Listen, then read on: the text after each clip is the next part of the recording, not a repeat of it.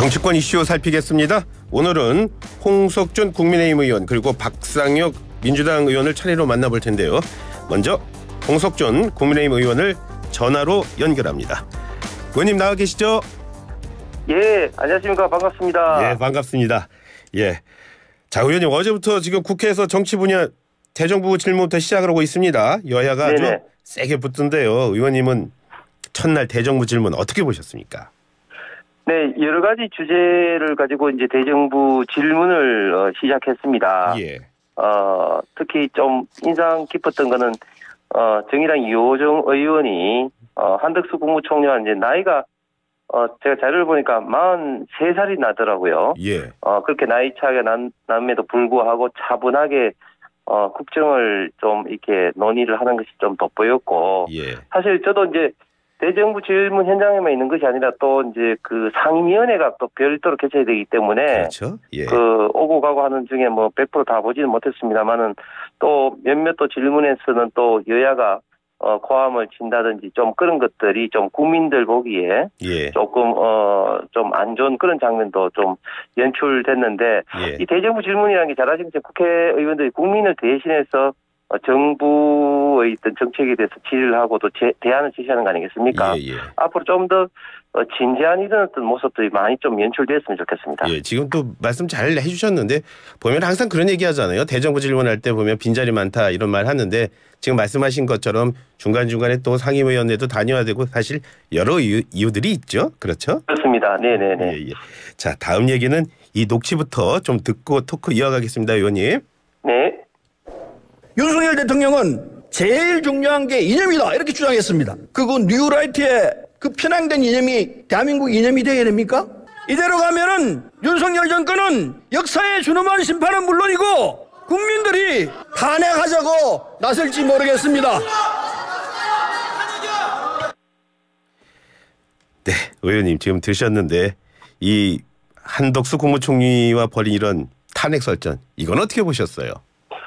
네, 탄핵이라는 말이 굉장히 사실은 좀, 무서운 말이죠. 잘 아시겠지만 탄핵이 되면, 대통령이 직무 수행이 정지되면서 헌정이 사실은 중단되는 거 아니겠습니까? 예. 그래서, 그 피해는 고스란히 이제 국민들에게 돌아가고, 우리 대한민국이 좀 불행한 그런 사태가 좀 초래되는데, 사실, 민주당에서는 탄핵 이야기가 어제 오늘 이야기가 아니고, 대선이 끝나자마자 또 윤석열 정부가 시작하자마자 탄핵 이야기가 사실은 많이 나왔습니다. 사실은 이런 어떤 측면에서 보면은 좀 대선 불복이다 뭐 이런 어떤 비판도 많이 받고 있는데 그런데 예.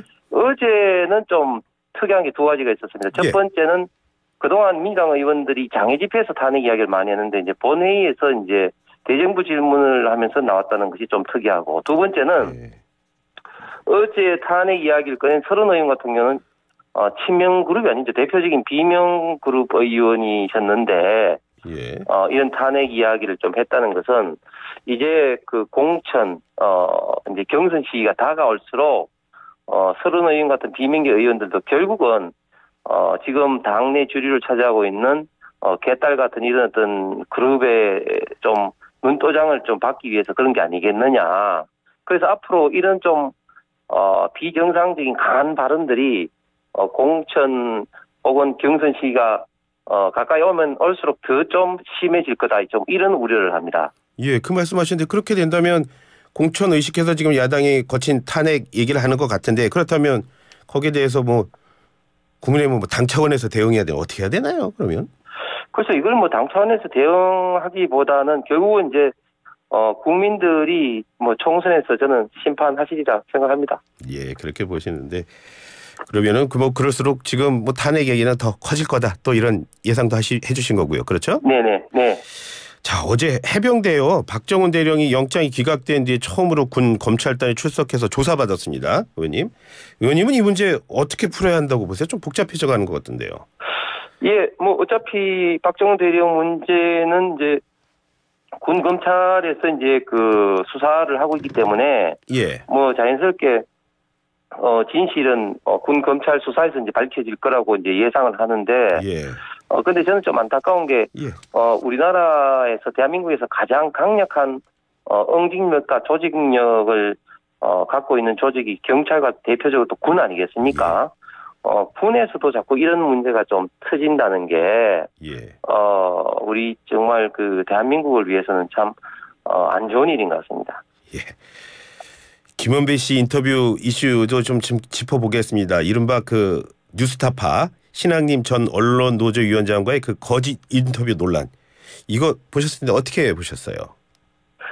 예, 이제 좀 그동안에 좀 대선 전국에서 좀 어이없이 이야기되고 있는 것들이 이제 좀 진실이 드러나지 않나 생각을 합니다. 사실 지난 대선의 가장 큰 이슈 중에 하나가 대장동 아니었겠습니까? 그런데 이 대장동 이슈를 둘러싸고 민주당에서는 이재명 대표가 토론에서라든지 또 민주당 의원들이 많이 좀 제기를 좀 했었는데 대장동 몸통은 윤석열 후보고 대장동은 윤석열 게이트다 이렇게 참 어이없이 주장을 엄청나게 했는데요. 이 주장이 완전히 조작됐다. 그리고 그 조작의 그 주인공이 바로 이재명 대표와 굉장히 그 관계가 깊은 김만배에 의해서 이제 이루어졌다. 이런 것들이 이제 공식적으로 좀 드러나고 있고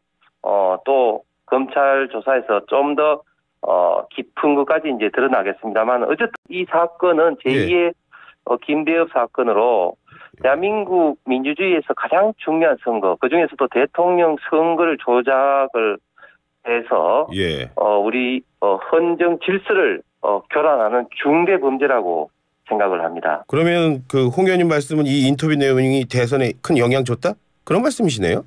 그럼요. 저는 대선에 어느 정도까지 영향을 줬다고는 아무도 장담할 수 없겠지만 저는 큰 영향을 줬다고 생각합니다. 왜냐하면 이 대장동 이슈가 지난 대선 과정에서 정말 중요한 이슈 중에 그 하나였고 그리고 3월 6일 날 이 인터뷰가 뉴스타파에서 첫 보도가 되고 난 다음에 많은 그 언론 방송 매체에서 이걸 다루고 심지어 또 이재명 지지하는 그룹 그 인터넷 혹은 이런 어떤 사이트에서는 막 조작을 하면서까지 막 퍼다 나르고 막 그랬지 않습니까? 이런 어떤 사항들이 저는 굉장히 대선 막바지에 영향을 좀 많이 줬다고 생각하고 그래서 민주당이 입만 열면은 0.7%밖에 차이가 나지 않는다. 젖잘사다. 이런 표현을 했는데 저는 이제 그런 이야기도 할 어떤 수가 없다고 생각합니다. 그런데 신학님 씨 이런 말이에요. 돈 받고 인터뷰한 게 아니라 내가 받은 돈은 책값이다고 그렇게 주장하던데요. 예. 책은 책값이 1억 6,500이면 거의 그 책이 왕호의 천축 어뢰 국전이라든지 또 한글 또 해례본 같은 그런 어떤 고문서면 모르겠습니다만은 그 책이 대한민국 상류층의 어떤 혼맥을 그렸다고 이야기를 하는데 정말 그 삼류 어떤 잡지 수준의 책을 가지고 1억 6,500을 받았다는 것은 누가 보더라도 이거는 완전히 이제 뇌물이라고 볼 수밖에 없죠.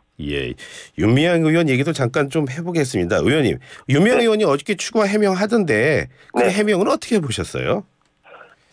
그 윤미향 의원의 해명은 해명이라보다도 오히려 더 의문만 이제 정폭시키고 있습니다. 처음에 윤미향 의원이 조총련의 초청을 받고 갔다고 했는데 나중에 보니까 초청을 또 하지도 않은 것이고 또 민단 어떤 이야기는 들었다고 했는데 나중에는 또 어떤 민단 측으로부터 아무런 또 그 연락을 받지도 못했다 이런 식으로 해명이 좀 오락가락하고 있는데요. 기본적으로 저는 윤미향 의원이 지금 현재 그 북한 특히 조총련을 바라보고 있는 시각이 크게 잘못됐다고 봅니다. 무슨 말이냐 하면은 조총련은 잘 아시는 것처럼 제1본 조선 총연합회의 약칭 아니겠습니까? 이 조총련이 단순한 일본에 있는 친북 단체 정도가 아니고 북한의 한 지부 기관이라고 생각을 하셔야 됩니다. 왜냐하면 북한 최고 인민 회의의 그 위원수가 한 650몇 명이 되는데 그 중에 5명을 조총련에 할당을 하고요. 그다음에 조총련 간부들은 돌아가시면은 북한의 혁명 열사령에 묻힐 권리가 있고 또 일정 부분 자금도 받는다고 알고 있습니다. 그래서 지금 북한은 옛날부터 조총련을 통해서 간첩을 많이 난파를 사실 했죠. 문세강이 그랬고 또 칼폭파했던 김현희가 좀 그랬고 또 일본 내에서도 매금이라든지 수많은 납치 같은 이런 어떤 사건도 저지른 게 조총련입니다. 이런 어떤 조총련의 실체를 안다면 보통 사람도 아니고 국회의원으로서 도저히 행사에 참석한다는 자체 생각도 하지 못해야 되는 게 정상인데 이런 걸 참석을 하고 또 돌아와서 또 이렇게 해명 아닌 해명을 늘어놓고 이런 것들이 참 어이가 없는 일입니다. 뭐 끝으로요. 개인 의견 말씀해 주셔도 됩니다. 윤미향 의원 제명 대상이라고 보십니까? 저희 당에서는 이미 이제 윤리위에 제소를 했고 저는 국회에서 강하게 여기에 대해서는 좀 처분을 좀 내려야 된다고 생각을 합니다. 홍 의원님 오늘 말씀 잘 들었습니다. 고맙습니다. 네, 감사합니다. 네.